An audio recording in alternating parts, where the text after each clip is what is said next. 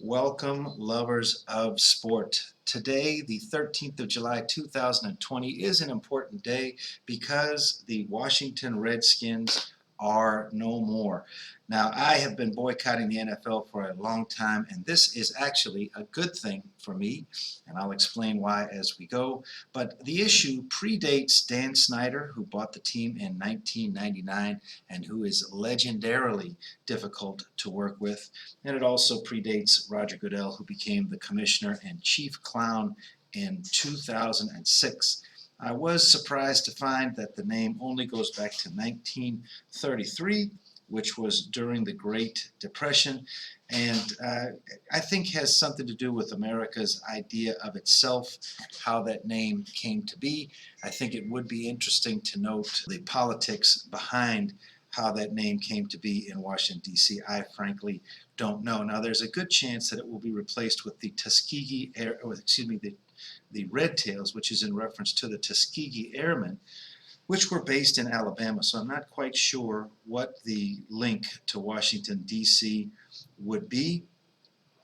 I, again, would just like to take a little quick tour down memory lane and talk about some of the teams that have played in Washington, D.C. There was obviously the Washington Federals, who played in the USFL and were once quarterbacked by the mighty Mike Honnessy, who later coached just about every Arena Football League team ever to be brought into the league. And then there were the Washington Commandos of the Arena Football League, later replaced, I think, in 2017, maybe 2016, with the Washington Valor, who never could draw a crowd and basically were an afterthought.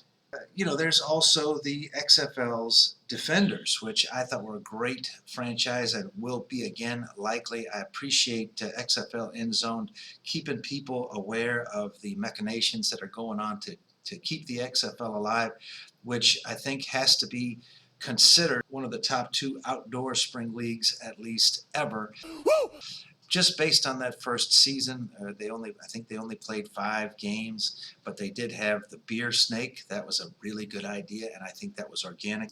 I don't think that was some corporate gimmick. I think the fans in Washington, D.C. just came up with that, and it made for good TV. Now, if I were a football fan in Washington, D.C., obviously I would be thinking about other teams. And there are a few. I mean, I would become a big fan of the Howard Bison, which apparently had the largest point spread upset in the history of college football in 2017 when they beat UNLV. UNLV famously once quarterbacked, not then, but once quarterbacked by Colin Kaepernick.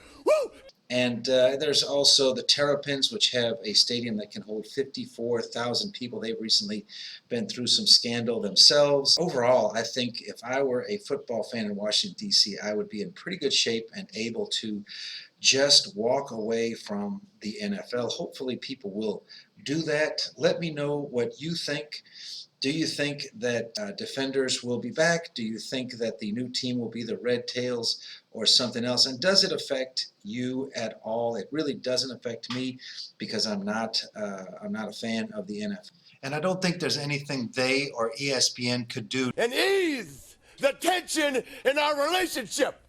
How dare you! Well, but if I lived in Washington, D.C., I suppose it would be something that would be important to me at least a little bit. Let me know what you think. Please do like and subscribe. Woo, woo, woo.